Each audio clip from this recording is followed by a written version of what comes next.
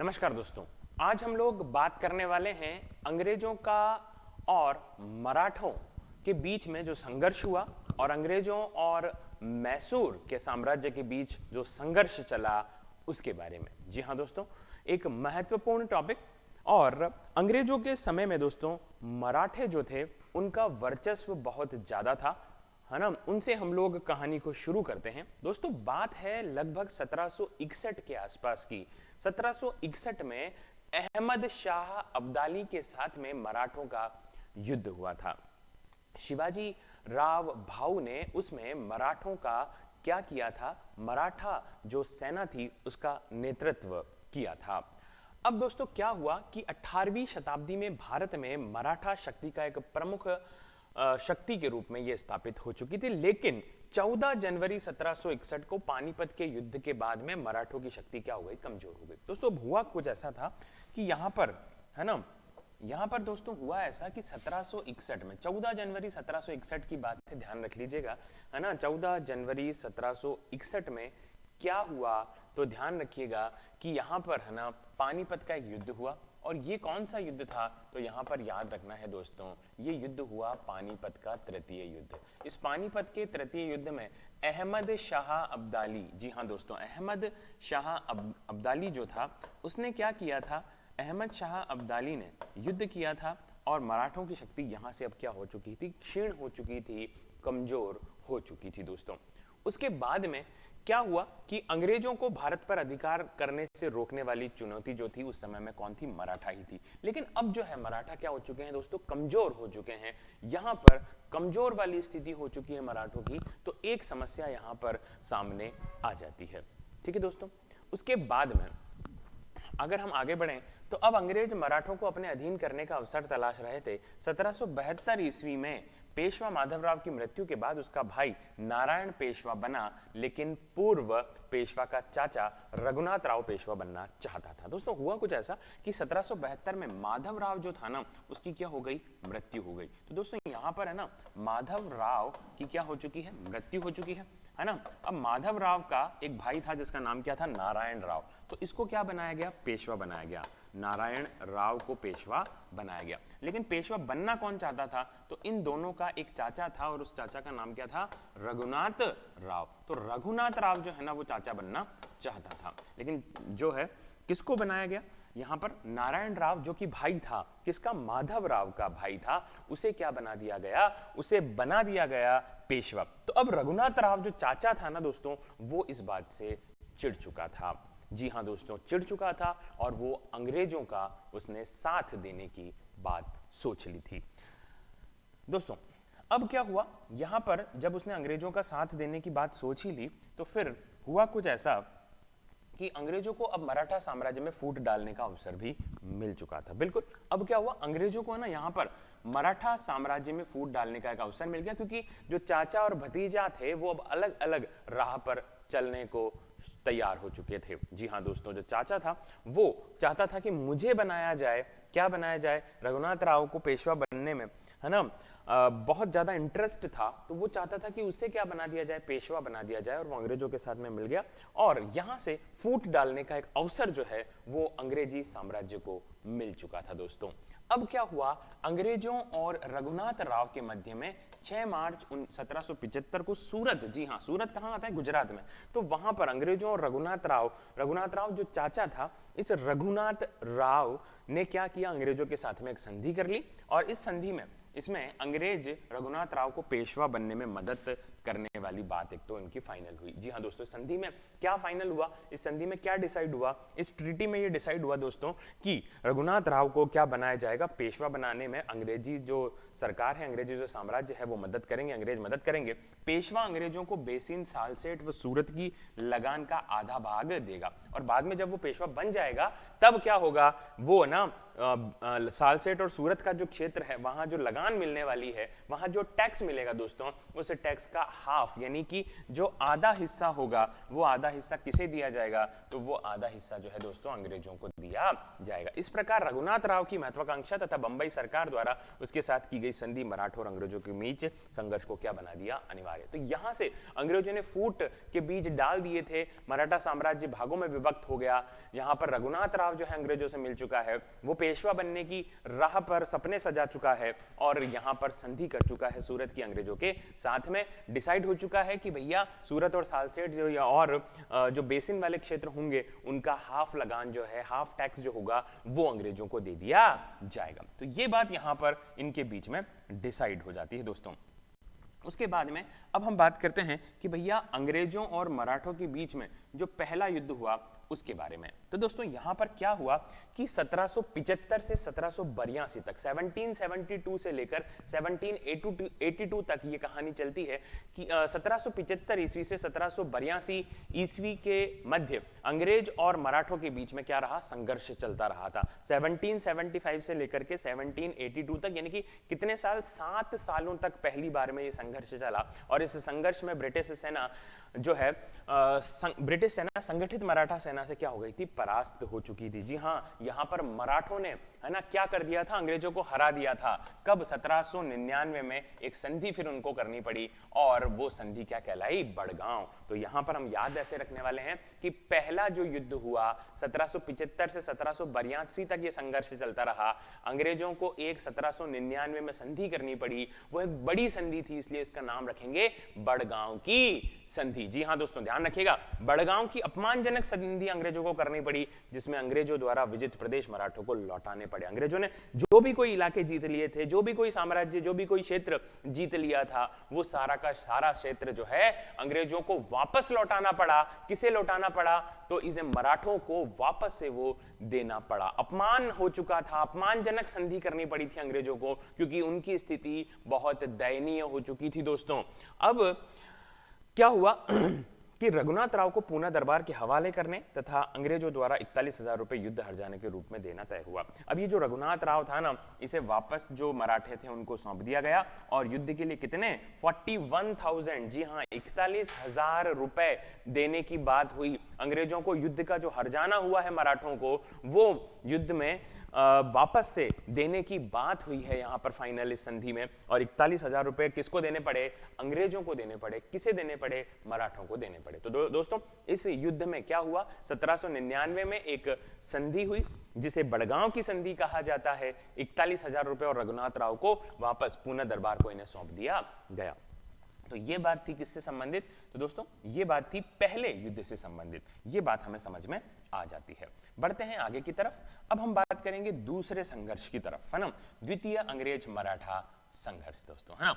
तो इसके बारे में अगर हम बात करते हैं तो हुआ कुछ ऐसा कि ये संघर्ष जो है ना दोस्तों, वो कब से कब तक, तो वो ध्यान रखिएगा 1802 से लेकर के 1805 तक, यानी कि 3 साल तक ये संघर्ष अंग्रेजों के और मराठों के बीच में 3 जो है सालों तक चला था। इस संघर्ष का कारण लॉर्ड वेलेजली, ध्यान रखिएगा इस समय में अंग्रेजी साम्राज्य का जो प्रमुख था, जो गवर्नर जनरल था, उसका नाम था लॉर्ड वेलेजली। वो महत्वाकांक्षा तथा मराठा सरदारों का आपसी द्वेष रहा था। इस संघर्ष में मराठा सरदारों ने अलग अलग अंग्रेजों से युद्ध किया और पराजित हुए। दोस्तों इस बार क्या हुआ, इस बार मराठे अंग्रेजों से भिड़े, लेकिन इस बार अंग्रेजों ने, है ना, क्या हुआ, अंग्रेजों ने यहां पर हरा दिया था मराठों को। इसमें मराठा अलग अलग क्षेत्र से अंग्रेजों से भिड़ते रहे थे, जिसके कारण से ये हारे। दक्षिण भारत में भोंसले जो है उन्होंने संघर्ष किया था और 1803 में यहां पर जो संधि हुई उसका नाम था अमरगांव की संधि। तो दोस्तों ध्यान रखिएगा 1803 में जो संधि हो रही है अंग्रेजों और मराठों के बीच में, है ना, और वो जो संधि है वो क्या कहला रही है, अमरगांव की संधि। तो दोस्तों यहां पर ध्यान रखना, मराठाओं ने दूसरी बार युद्ध कर रहे हैं और लेकिन फिर भी क्या रह रहे हैं, ध्यान रखना, वो रह रहे हैं अमर। इसलिए ध्यान रखिए कौन सी संधि, अमरगांव की संधि। तो पहले बड़ी वाली संधि थी, इस बार अमर रहने वाली संधि हो रही है। तो ध्यान रखिएगा अमरगांव की संधि, ठीक है। तो अमरगांव के युद्ध में पराजित होने पर 17 दिसंबर 1803 को अंग्रेजों से देवगांव की संधि, क्या संधि जो है वो अंग्रेजों के साथ में यहां पर कर ली गई थी दोस्तों। अब दोस्तों लालवाड़ी के युद्ध में सिंधिया पराजित हुए। पहले भोंसले जो है वो मराठे कहलाते हैं ना, वो हारे अंग्रेजों से। उसके बाद में सिंधिया जो हैं वो जो मराठे हैं वो भी हारे और 30 दिसंबर 1803 को सुरजी अर्जुन गांव की संधि जो है वो इन्हें करनी पड़ी थी। नाम ध्यान रख लीजिएगा, सुरजी अर्जुन गांव की संधि, है ना। सुरजी अर्जुन गांव की संधि किसको करनी पड़ी, तो यहां पर ध्यान रखिएगा पहले भोंसले जो है वो हारे थे और इस बार जो है वो सिंधिया पराजित हो रहे हैं। और कौन से, अर्जुन गांव। तो ध्यान रखिएगा दोस्तों कि यहां पर है ना सिंधिया जो है वो हार चुके हैं और उनका तीर जो है ना वो निशाने पर नहीं लगा, और तीर निशाने पर कौन मारता है? अर्जुन, इसलिए नाम ध्यान रखेंगे सूर्य अर्जुन। मैंने 3 अभी तक संधियां आपको बताई है। कौन कौन सी? सबसे पहली संधि बड़गांव की संधि बताई है। दूसरा युद्ध में हम बात कर रहे हैं तो मैंने कहा कि वो अमर रहेंगे, तो अमर गांव की संधि। फिर मैंने कहा कि लेकिन इनका जो सिंधिया थे उनके निशाना जो है वो सही नहीं लगा, निशाना लगाता था अर्जुन सुरजी अर्जुन गांव की संधि। होलकर और अंग्रेजों के बीच में संघर्ष जो है, और होलकर जो थे वो भी मराठों में आते हैं, और मराठों के बीच और अंग्रेजों के बीच में जो युद्ध रहा वो क्या रहा? अनडिसाइडेड रहा। इसमें कोई फाइनल निर्णय नहीं निकला, इसलिए यह अनिर्णित संघर्ष रहा। लेकिन दोनों पक्षों के बीच में जनवरी 1806 को राजघाट की संधि हुई है। ध्यान रखिएगा दोस्तों, यहां पर अब जो संधि हो रही है उसका नाम क्या है? राजघाट की संधि। जी हां दोस्तों, कौन सी संधि हो रही है? राजघाट की संधि यहां पर हो रही है ना। उसके बाद हम छोड़ दिया, चंबल नदी के उत्तरी क्षेत्र पर अपना अधिकार छोड़ दिया और राजपुताने में आंतरिक हस्तक्षेप नहीं करने का भी इन्होंने क्या दिया? यहां पर वचन दिया था। बढ़ते हैं आगे की तरफ। अब हम बात कर रहे हैं यहां पर अंग्रेज मराठाओं के बीच में जो तृतीय संघर्ष हुआ उसके बारे में। तो दोस्तों, भारत में अंग्रेजों की सर्वश्रेष्ठता बनाए रखने के लिए 13 जून 1817 को पेशवा के साथ तथा 5 नवंबर 1817 को सिंधिया को अंग्रेजों के साथ में अपमानजनक संधि करनी पड़ी। अब यहां पर दोस्तों जो सिंधिया हैं उन सिंधिया को क्या करना पड़ रहा है? एक अपमानजनक संधि करनी पड़ रही है। इन अपमानजनक बंधनों को तोड़ने के लिए मराठों ने संघर्ष आरंभ कर दिया, लेकिन पेशवा की किरकी भोसले की सितवर्दी और होलकर की मेहंदीपुर स्थान पर क्या हो गई? पराजय हो गया। अब यहां पर जो है ना भोसले हैं, इनका क्या हो गया? यहां पर जो है भोसले जो है यहां पर पराजित हो जाते हैं, और होलकर भी क्या हो जाते हैं? पराजित हो जाते हैं। 18 जून 1818 को मेलकाम ने पेशवा के साथ में संधि की, जिसके अनुसार पेशवा पद समाप्त कर दिया जाएगा और 8 लाख की पेंशन देकर उसे कहां भेज दिया जाएगा? बिठूर भेज दिया जाएगा। अब जो पेशवा का पद है वही समाप्त करने की बात हो रही है, और पेशवा को कहां भेजा जाएगा? बिठूर भेजा जाएगा। बिठूर है बेसिकली यूपी में आता है, बात ध्यान रख लीजिएगा। तो पेंशन देकर कहां भेज दिया जाएगा? बिठूर भेज दिया जाएगा। कितनी पेंशन की बात हो रही है दोस्तों? कितनी पेंशन की बात हो रही है? तो ध्यान रखिएगा 8 लाख की पेंशन की बात हो रही है, जहां पर 1852 ईस्वी में मृत्यु हो गई। और इस प्रकार अंग्रेजों ने अपनी कूटनीति फूट डालो राज करो की नीति से मराठों को संघर्ष में क्या कर दिया दोस्तों? पराजित कर दिया था। ठीक है दोस्तों, तो यहां तक भी आपको बात समझ में आ रही होगी, है ना। बढ़ते हैं आगे की तरफ।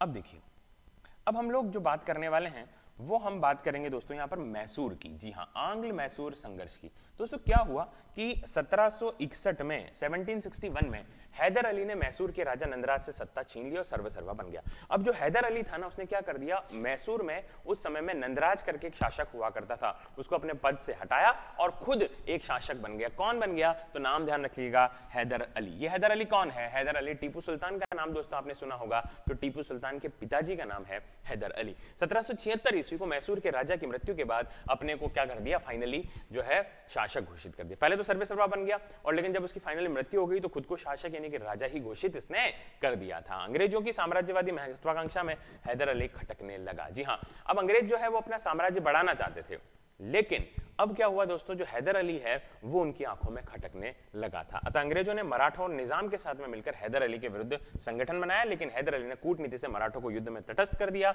और निजाम को प्रादेशिक लोभ देकर अपनी ओर मिला दिया। दोस्तों अब क्या हुआ कि जो निजाम थे हैदराबाद क्षेत्र के, उनको अपने क्षेत्र में मिलाना, उनके साथ में और मराठों के साथ में अंग्रेज युद्ध करना चाहते थे। लेकिन जो है यहां पर क्या हुआ? यहां पर जो हैदर अली है उसने मराठों को क्या कर दिया? तटस्थ कर दिया, अर्थात उनको उनसे बातचीत करके इस युद्ध से अलग करवा दिया कि आप ना तो मुझसे लड़ेंगे ना ही अंग्रेजों से लड़ने वाले हैं। ठीक है, तो उनको सेपरेट कर दिया। अब निजाम जो है उनको कि हम आपको कुछ भूमि आदि दे देंगे, कुछ एरिया आपको दे देंगे, ये कहकर के निजाम को अपनी ओर मिला लिया और अंग्रेजों के साथ में युद्ध करने को तैयार हुए। 1767 में हैदर अली ने ब्रिटिश प्रभाव वाले क्षेत्र पर आक्रमण कर दिया। अब 1767 में यहां पर क्या कर दिया? हैदर अली ने आक्रमण कर दिया है। कहां पर? अंग्रेजों वाले क्षेत्र में। अंत में अंग्रेज जो है पराजित हुए। जी हां, यहां पर है ना, ध्यान रखिएगा कि अंग्रेज जो है फाइनली क्या हो जाते हैं? हैदर अली से हार जाते हैं। और 4 अप्रैल, जी हां दोस्तों, 4 अप्रैल 1769 को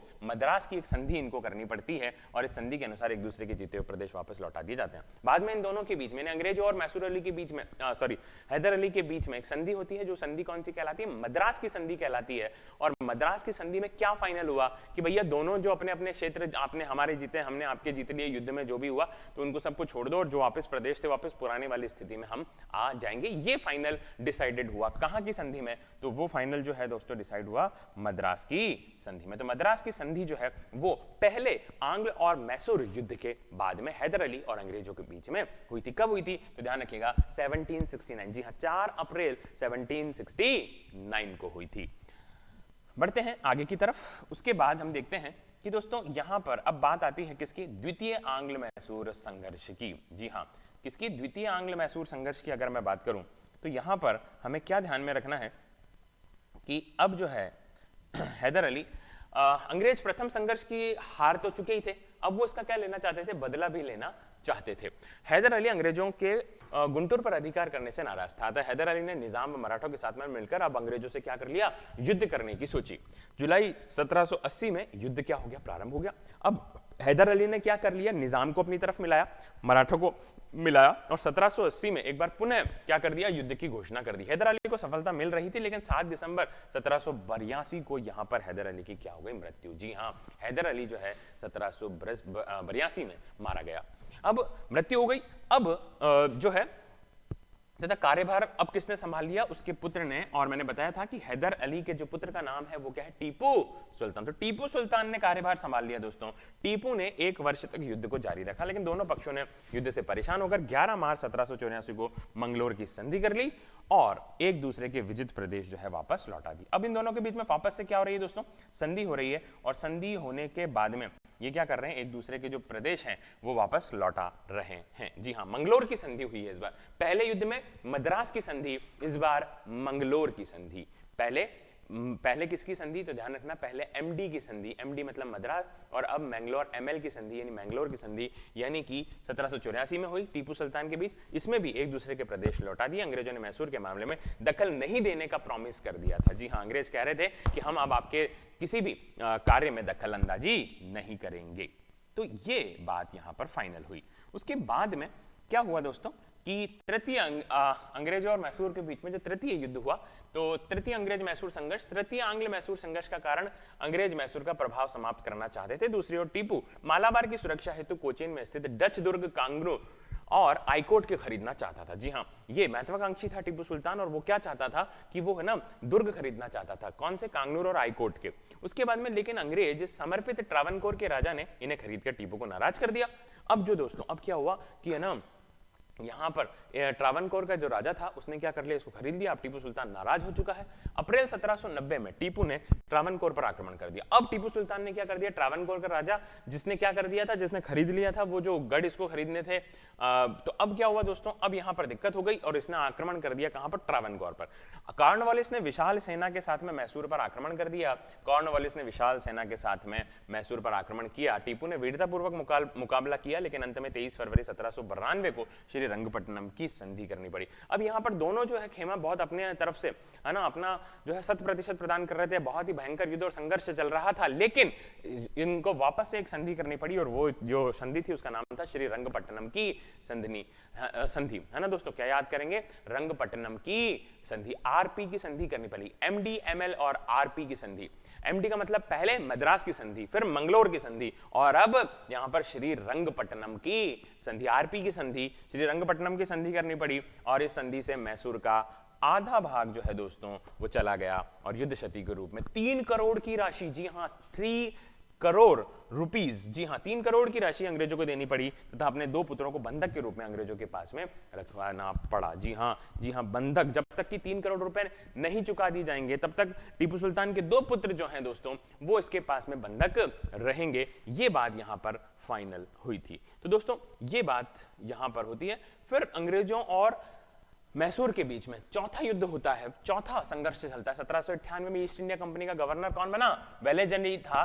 भारत आया। वेलेजली एक साम्राज्यवादी गवर्नर जनरल था। उसने निश्चय किया कि टीपू को पूर्णतः समाप्त कर दिया जाएगा अथवा उसे पूर्णतः अपने अधीन कर लिया जाएगा। अब वेलेजली ने सोचा कि भाई हम टीपू सुल्तान को या तो पूरा ही है ना क्या करेंगे, अपने अधीन कर लेंगे, या फिर उसे क्या कर लेंगे, अपने अधीन कर लेंगे, या फिर उसे समाप्त ही कर दिया जाएगा। इस उद्देश्य की पूर्ति करने के लिए वेलेजली ने सहायक संधि करने का सहारा लिया। टीपू सुल्तान ने सहायक संधि को क्या कर दिया, अस्वीकार। तो अंग्रेजों ने पहले ही एक है ना हेल्पिंग ट्रीटी करने की बात सोच ली कि भाई एक बार बात कर लेते हैं कि भाई दोनों की संधि करने से अगर कोई रास्ता निकलता, लेकिन टीपू सुल्तान इसके लिए राजी नहीं हुआ दोस्तों, इसे अस्वीकार कर दिया। अप्रैल 1799 में टीपू के विरुद्ध अभियान प्रारंभ किया और 4 मई, जी हां 4 मई 1799 को यहां पर मृत्यु हो चुकी है, मारा गया है कौन, टीपू सुल्तान। और रंगपट्टनम का दुर्ग जीत लिया और मैसूर की स्वतंत्रता दोस्तों समाप्त हो गई।